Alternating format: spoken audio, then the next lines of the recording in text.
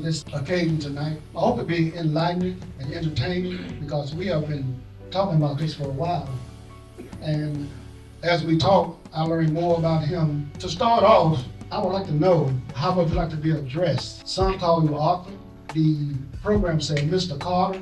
And I got a text today, it's called you June. I want to know what you feel most comfortable with. I feel comfortable with all of them. I've been called all of them for now to 100 years. If you don't get used to it in that length of time, there's something wrong with you.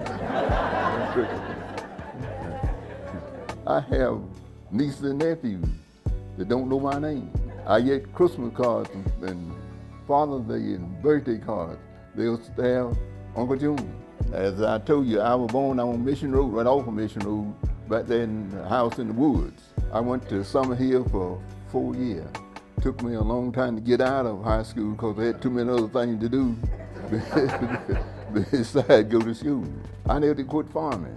When I was 11, 4 brothers older than me all got drafted in the military.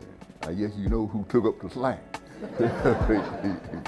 Went to work for Mr. Bob Knight. Some of you in here probably know Mr. Bob Knight.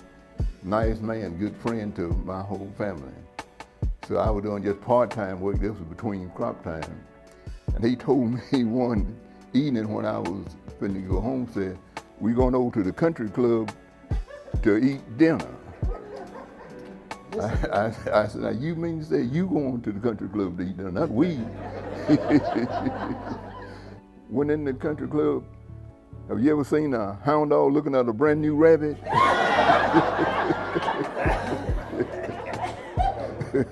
I sat so close to the man, I guess the folks thought we were quail. There were 2 bad things about farming. That was hoeing cotton and picking strawberries. Everybody ought to have to pick strawberries just for half a day. You'd appreciate life from that day on. Who had the greatest influence on you? Who were some of your great mentors? My brother Bob, whatever I am right now, I owe it to him. He showed me all the do's and don'ts. I didn't pay too much attention to the don'ts, but they don't listen. Y'all must be living bad. The lights done gone out.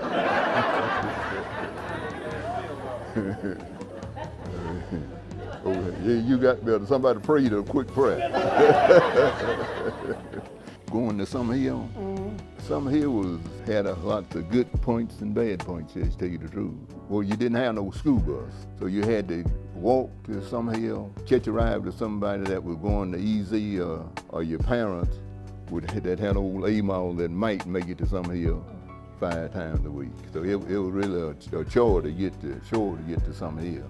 And I hate to say this, but it wasn't a bed of roses once you got to Summer Hill.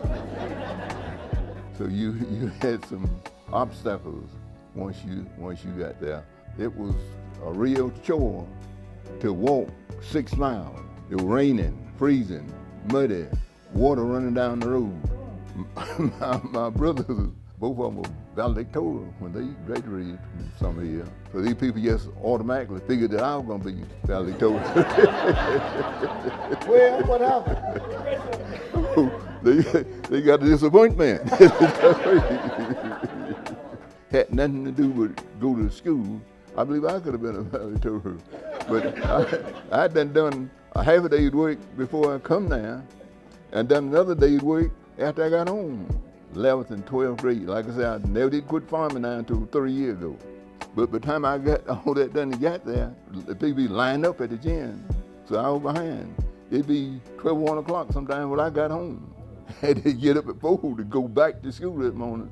So it was challenging, yeah. But the good Lord brought me this far.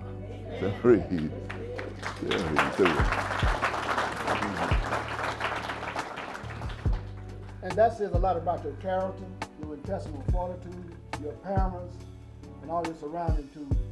Now, what role you play in the New Frontiers? I'm an old man. No, for real, I'm the oldest original club member that's alive. And I tell Kim all the time that the Lord leave me here for all the good stuff I've done. It's the way you treat people today and tomorrow and yesterday and all them times you see them. If you treat them like what it said, if you come out the door and kick your dog, he'll finally bite you. Yeah. So if you walk over people and mistreat them and act like you better than them and you don't want to be bothered them like that, naturally when you ask them to do something, they're going to say no. It's a good feeling to be called by a certain individual that carry a certain distinction about them. And you know when they call that they're calling for a reason, and you wasn't just arbitrarily picked. That's one of the most admirable character traits that I see and care about this man. But going along, tell me about your appointments from the governor. I met the governor when I was just a little kid, playing marbles and first one thing another with him. And I'd been knowing him all that time, and I'd helped him in his campaign for state representative for governor. When he got to be governor, he called me one evening and asked me how would I like to be on the state forestry commission. I didn't know the state had a forestry commission.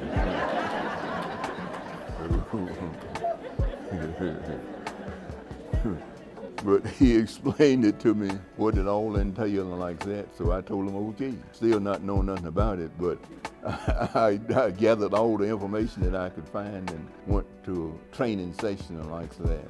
When I got there, it was a 5-man commission. One of the guys had a PhD, taught forestry at Georgia Southern. The other one was a PhD, taught forestry, University of Georgia. The other 2 members all had master's degree in forestry. They had me on there with them.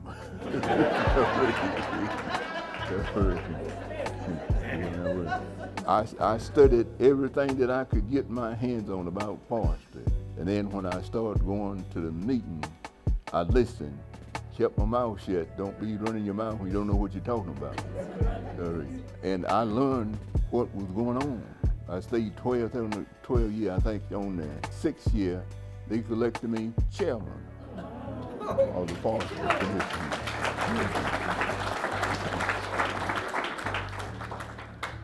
Can you imagine though, the story he just told you about his childhood coming up, picking strawberries, and walking to Summer Hill, and digging down a mountain, putting it on the other side, and everything. But I guess it's coming from Summer Hill to the state capitol, and then addressing the General Assembly. Now, have any of y'all done that? Can you imagine doing that? You know, and with the amount of education that he had, on the board that he sit on, there were PhDs, masters, and doctorates, and whatever and him. A Summer Hill alumni. You